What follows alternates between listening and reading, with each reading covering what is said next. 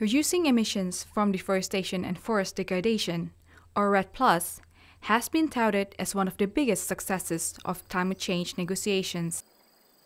Still, 7 years after it was first put on the table, it's not yet known how this global scheme will be financed in the long term.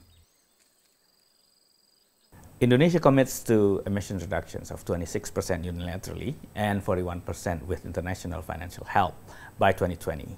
I think we need the UNFCCC to finalize the discussion on REDD, but we can't wait. I think we need to expand with REDD back home as soon as possible. Now, if we assume that the cost of emission reduction is about $5 to $10 per ton, then we'll need about $5 to $10 billion by 2020. We have 1 billion pledge from the government of Norway, and that is very good. I think we appreciate it, but we need more.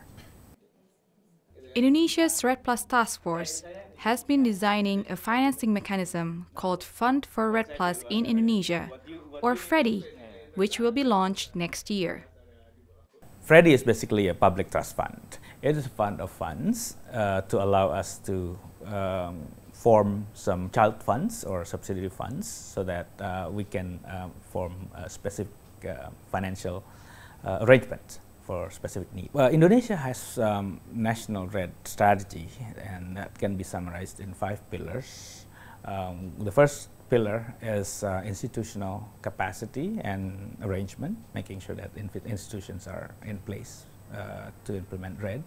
Second is legal reform and empowerment. And the third is paradigm shift, making sure that people know and understand why REDD is needed. And we have the fourth, stakeholder engagement. The fifth is what we call strategic program, which is program initiatives on the ground, conservation, rehabilitation, and the likes. Basically, if a country or a fund or a financial institution wants to invest in REDD in Indonesia, they can choose any one of those pillars, and they can also choose all, of course. And then we will bundle them and basically work with them on specific funds for the purpose.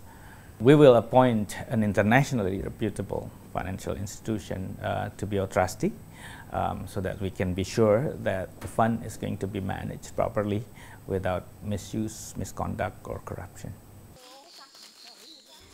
Another key edge that FREDDI has over other funds is a keen awareness that REDD+ has to simultaneously benefit communities and protect their rights.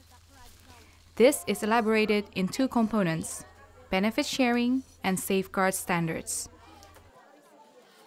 The benefit sharing mechanism that we have designed under FREDDI basically addresses the needs for paradigm shift.